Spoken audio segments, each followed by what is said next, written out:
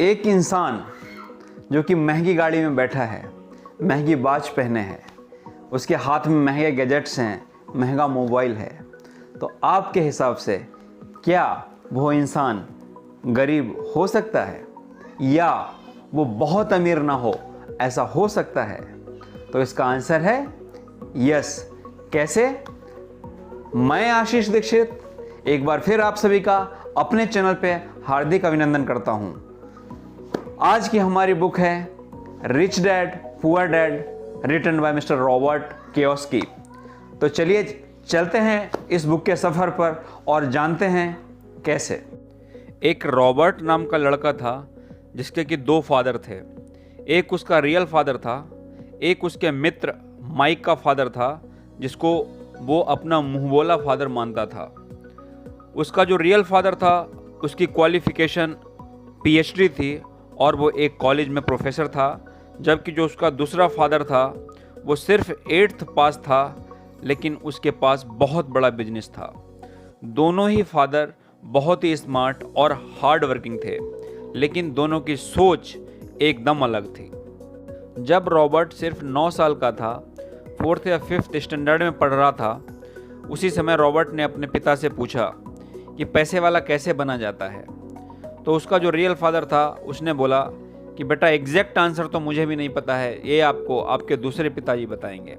तो वो दूसरे पिताजी के पास गया और उनसे पूछा। वो बहुत खुश हुए और उन्होंने उसके क्वेश्चंस के सारे आंसर्स दिए। हालांकि वो क्वेश्चंस पहले अपने रियल फादर से भी पूछ चुका था, बट उनके आंसर्स और जो मुंहबोले फादर के आंसर्स थे उनमें काफ़ी फ़र्क था।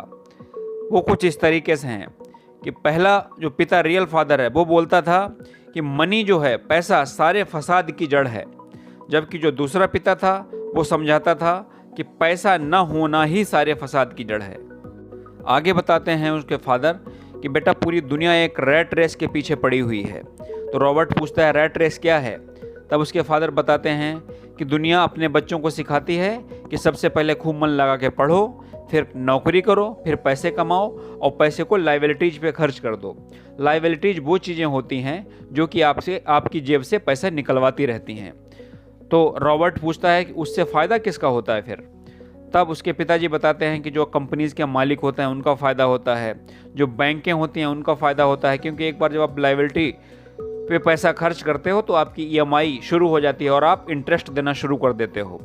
तो रॉबर्ट पूछता है तो फिर ये सारी दुनिया रैट रेस के पीछे क्यों पड़ी हुई है?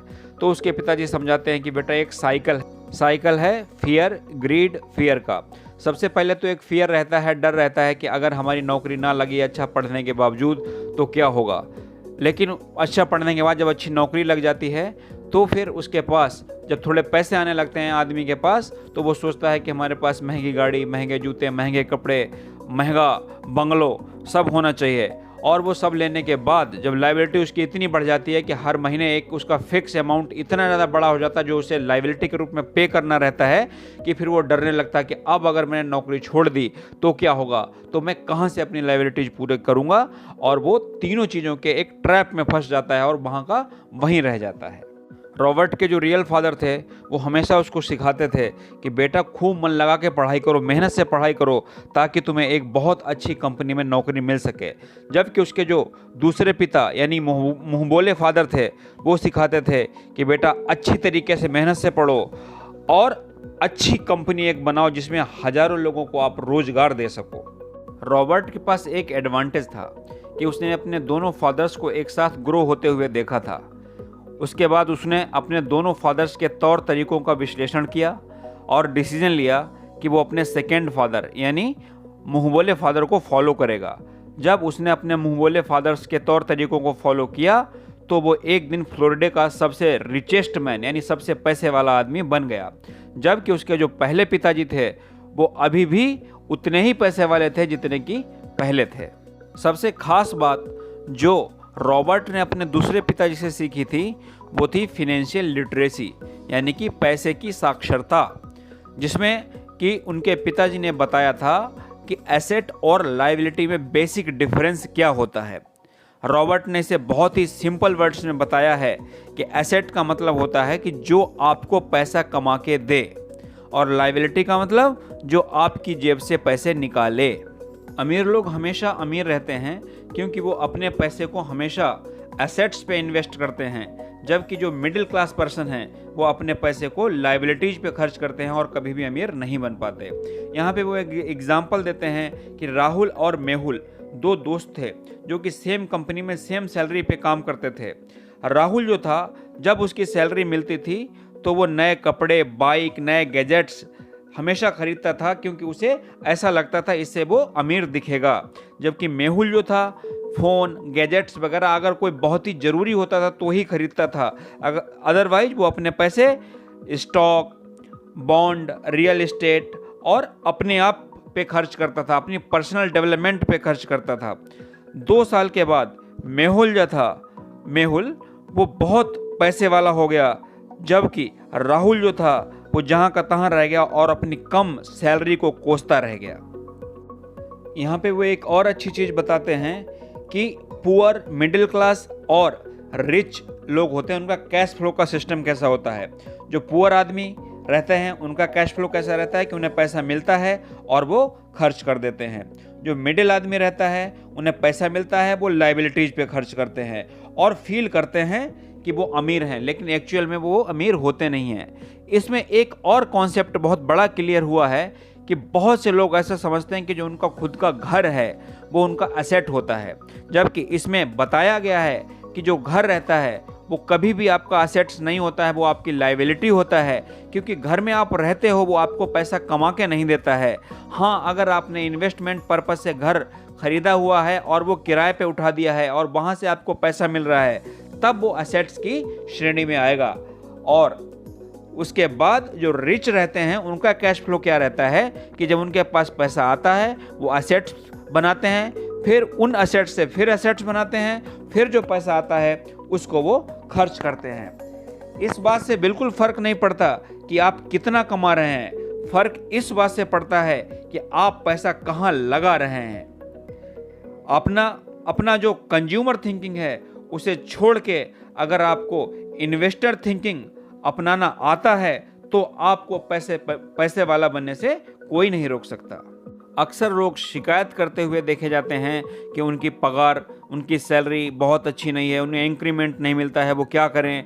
लेकिन वो भूल जाते हैं कि भले उनके पगार में इंक्रीमेंट हो जाए लेकिन फिर भी वो पैसे वाले नहीं बन सकते हैं। क्यों? क्योंकि वो अपना पैसा लायबिलिटीज़ पे इतना ज़्यादा खर्च कर देते हैं, महंगे फ़ोन लेते हैं, महंगे गैजेट्स लेते हैं, महंगे घर लेते हैं और उनकी EMI शुरू हो जाती है, तो एक फिक्स्ड एक्सपेंसेस के रूप में इतना बड़ा अमाउंट हो जाता है कि वो उनको पैसे वाला बनने ही नहीं देता है। दूसरी तरफ अगर हम असेट्स की बात करेंगे तो असेट्स में रॉबर्ट ने शुरू किया था कि उनके एक दोस्त की बहन थी जिसको कि बुक्स पढ़ने का बहुत शौक था, तो उन्होंने अपने दोस्त की बहन को अपनी लाइब्रेरी पे बिठा दिया था। खुद एक छोटी सी शॉप ली थी, उसमें सारी बुक्स जो भी उस समय की पॉपुलर थी वो लगा दी थी और अपने दोस्त की बहन को बिठा दिया था और बोला था कि नज़र रखे कोई बुक्स ले ना जाए, खाली चुरा ना ले और बाकी पैसा ध्यान से कलेक्ट करना। तो वो पहला असेट था रॉबर्ट का जो उसने शुरू किया था और वहाँ से उसने पैसा कमाया था। दूसरा एग्जाम्पल है जिम में एक बार आप इन्वेस्टमेंट कर दो, लेकिन अगर वो आपको कमा के जिस दिन से देने लगा तो आपको कमा के फिर देता चला जाएगा। और एग्जाम्पल हैं एसेट्स के, जैसे म्यूचुअल फंड हो गया, कुछ बहुत ही पोटेंशियल बॉन्ड हो गए, स्टार्टअप्स हो गए। अगर आपके पास पैसा है, आपको समझ में नहीं आ रहा तो आप ऐसे लोगों को ढूंढिए जो स्टार्टअप शुरू करना चाहते हैं, आइडिया तो है उनके पास, काम कर सकते हैं, मेहनत कर सकते हैं, लेकिन पैसा नहीं है, तो आप ऐसे लोगों को ढूंढिए, उनको पैसा दीजिए, उन पे इन्वेस्ट करिए। तो इस तरीके से अगर आप इन्वेस्ट करेंगे, एक इन्वेस्टर की सोच से अपने पैसे को खर्च करेंगे, तो एक दिन आप अमीर जरूर बन जाएंगे। तो ये थी आज की मेरी बुक, उम्मीद है पसंद आई होगी। इस बुक को मैं पर्सनली रिकमेंड करना चाहूँगा क्योंकि ये बहुत अच्छी बुक है। अगर हो सके तो आप इसे ज़रूर पूरी पढ़ें। अगर आपको मेरा वीडियो अच्छा लगा हो तो प्लीज़ लाइक करें, शेयर करें और सब्सक्राइब करें। आपके एक लाइक से आपका कुछ नहीं जाएगा, बट हम जैसों को बहुत कुछ मिल जाएगा। थैंक यू दोस्तों, मिलते हैं एक और बुक की जर्नी के साथ जल्द ही। तब तक टेक केयर, बाय बाय।